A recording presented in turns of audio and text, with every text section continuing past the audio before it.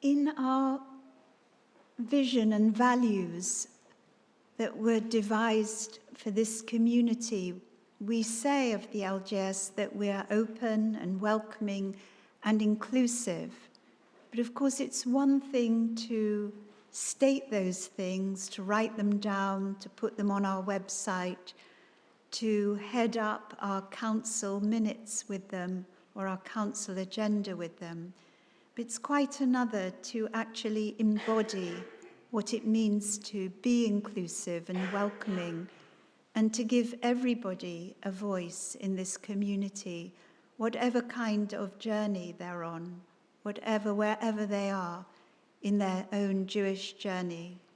And as part of our celebration of Pride this evening, I've selected just very few readings, which are going to be read by Karen and by Yuki and Puck, and later on by Ashley.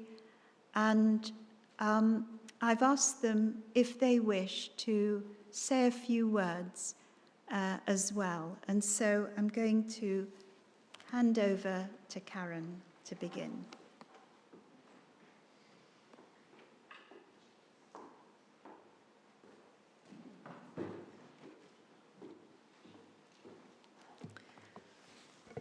Thank you, Rabbi Alex. The Torah portion this week is Shalach Lecha, and it begins with God telling Moses to send 12 scouts to report on the promised land. And they all agree that it's wonderful, it's a land flowing with milk and honey, but apart from Caleb and Joshua, their reports spread fear about the people who inhabit the land, giants to whom the Israelites will seem as grasshoppers. And only Caleb and Joshua lived to enter the land of Canaan.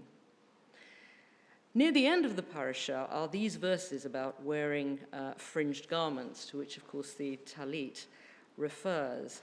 I did wonder whether Rabbi Alex gave it to me to see if I'd been focusing at some point in the last 20 years and I would actually notice these bits, and I'm pleased to say that I did. So I'll spare you what I was going to say about them, because Alex has said it, and move to these beautiful words. The Eternal One said to Moses as follows: "Speak to the Israelite people and instruct them to make for themselves fringes on the corners of their garments throughout the ages. Let them attach a cord of blue to the fringes at each corner. That shall be your fringe. Look at it and recall all the commandments of the Eternal One and observe them, so that you do not follow your heart and eyes in your lustful urge. Thus you shall be reminded to observe all my commandments and to be holy to your God." And here are the words that we say that are at the end of the Shema. "I, the Eternal One, am your God who brought you out of the land of Egypt to be your God. I, the Eternal One, your God." And we learned it before. "Ani Adonai Elohechem, asher hotzeti etchem me'eretz Mitzrayim, l'chiyot lachem l'Elohim. Ani Adonai Elohechem." This is a commentary from the Tapestry of Jewish Time by Nina Beth Carden. "When I put on the talit, even when I'm alone, I place myself in the folds of my people. Donning the talit is a daily visual symbol of my identity, reminding me to whom I belong as I begin my day's journey. It protects me, shields me, and defines me. Falling around my shoulders and arms, the talit provides me with a secure awareness of my body and its boundaries. I am not lost there, but found. Others are outside, I am inside, but we are one. I fill up my talit.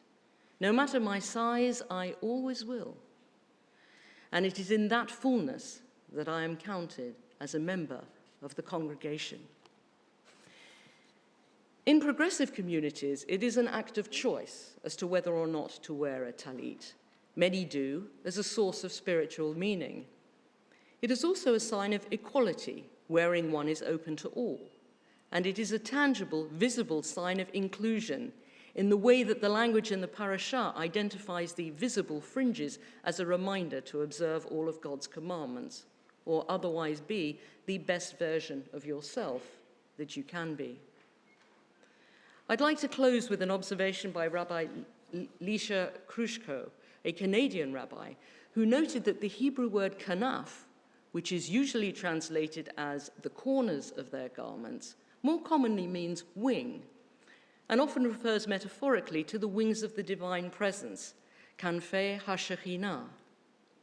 She writes, on an individual level, the experience of wearing a talit can be like being wrapped in something holy, creating a sacred space for prayer.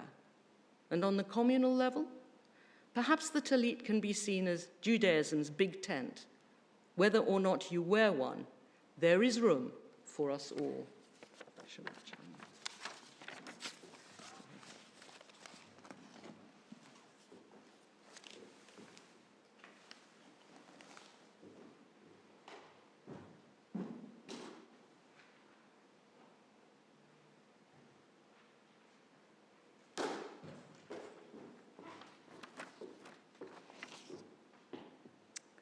It's very nice to be up here.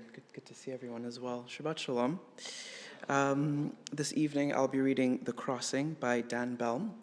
It's a touching poem that layers themes of LGBTQ+ liberation over our exodus from Egypt. It creates a parallel and a through line between the core values of pride and those of Judaism, those being resilience, community, and a commitment to justice. To me, this poem reminds us that the road to liberation can be long, but that the journey allows us to reflect, strengthen our bonds with each other, and deepen our faith in ourselves and in our cause. This is the poem. God did not lead us by the nearer way when Pharaoh let the people go at last, but roundabout, by the way of the wilderness. Pillars of fire and cloud marking night and day, to the edge of the flood tide, uncrossable and vast. If God had led us by the nearer way, we cried, we wouldn't die here. Let Egypt oppress us as it will. Let us return to the past. But we have come out by way of the wilderness. In fear, on faith, free now because we say we are free. No longer the unchosen, the outcast. God did not lead us by the nearer way, but into rising waters which do not part unless, with an outstretched arm, we step forward and stand fast. Round about, by the way of the wilderness we have come, blessed with love, lesbian, gay, or sanctified in ways of our own, to bless our God, who did not lead us by the nearer way, but round about by way of the wilderness. Thank you.